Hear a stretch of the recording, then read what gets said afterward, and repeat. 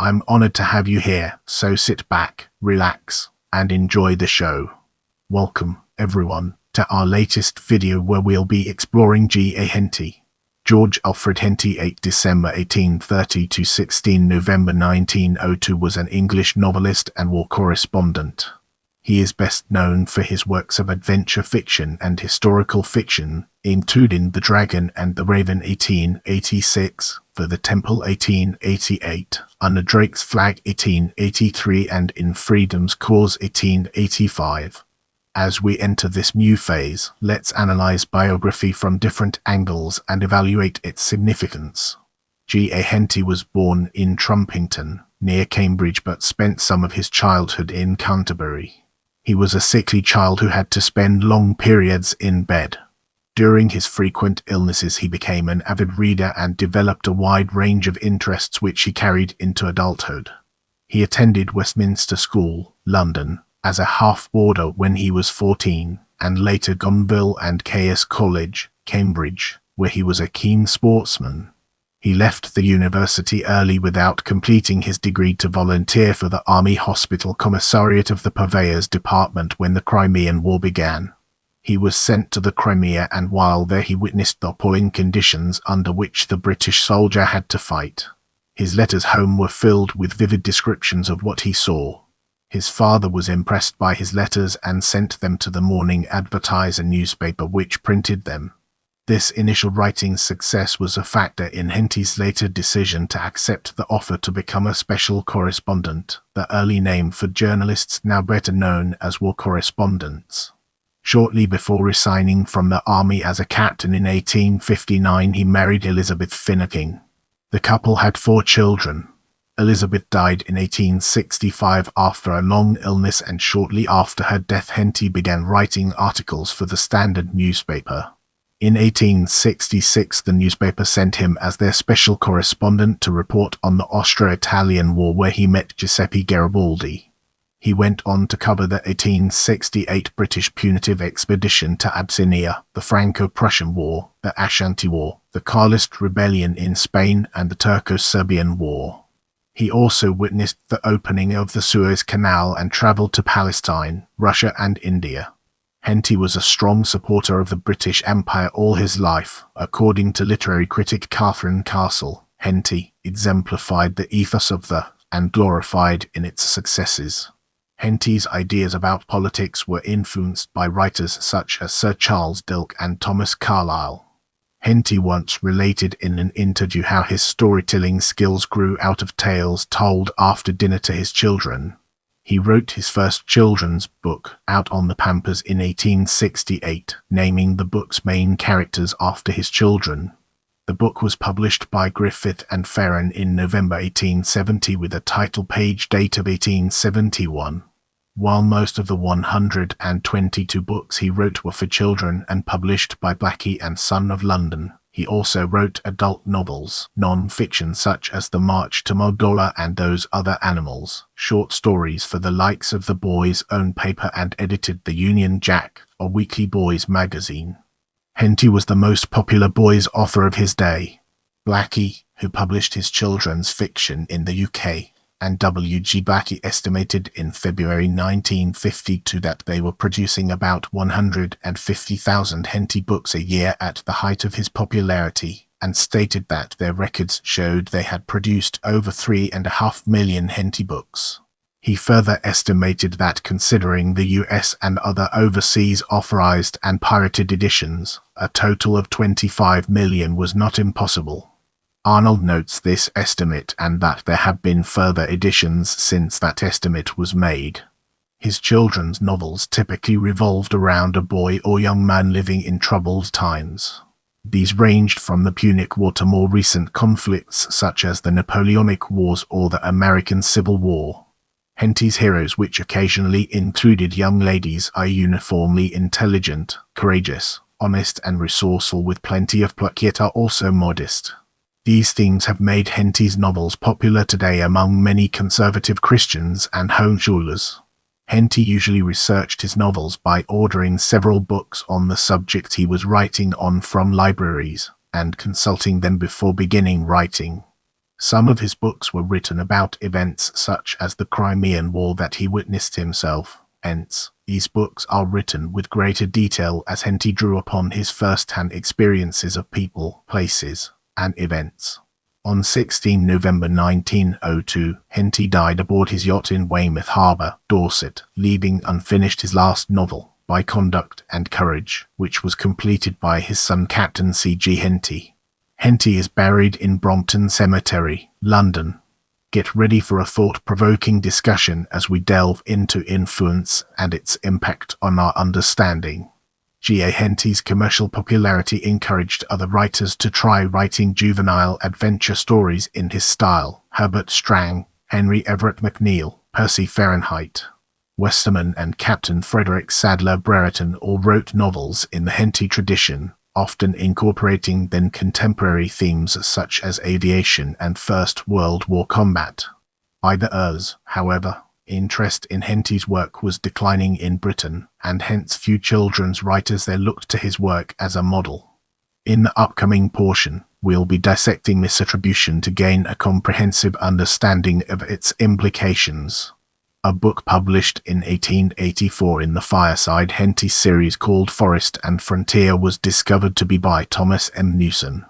Now, let's shift our focus to UK and US availability and embark on an intellectual exploration of its various dimensions. In the late years, a number of American publishers, such as Polyglot Press Philadelphia, PA, Preston Speed, and the Lost Classics Book Company, began reprinting Henty's books and advocating their usage for conservative homeschoolers. Reprints of all Henty's works are available from modern-day British and American publishers. One such publisher and major modern advocate of Henty is the American Scientist Biochemist, homeschool curriculum publisher, and Oregon State Senator Arthur B. Robinson, who promotes the use of Henty's books as a supplement to his self-teaching homeschool curriculum. Brace yourself for a deep dive into controversial views as we explore its impact and relevance in our evolving narrative. Henty's views have been contentious. Some writers have accused Henty's novels of being aggressively and obstinately nationalist and reactionary in such books as True to the Old Flag 1885, which features a loyalist protagonist fighting in the American War of Independence, and In the Reign of Terror 1888 and No Surrender, A Tale of the Rising in Louvain 1900, which are strongly hostile to the French Revolution. Henty's novel With Lee in Virginia has a protagonist who fights on the side of the Confederacy against the Union. Henty's popularity amongst homeschoolers is not without controversy. Quoting from the chapter of By Sheer Pluck called The Negro Character Like Children, American television host and political commentator Rachel Maddow calls Henty's writings spectacularly racist.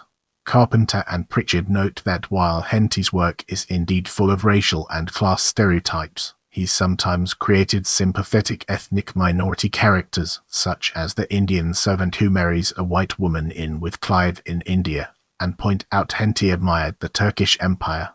Some even accuse Henty of holding blacks in utter contempt, and this is expressed in novels such as By Sheer Pluck, A Tale of the Ashanti War and A Roving Commission, or Through the Black Insurrection at Haiti.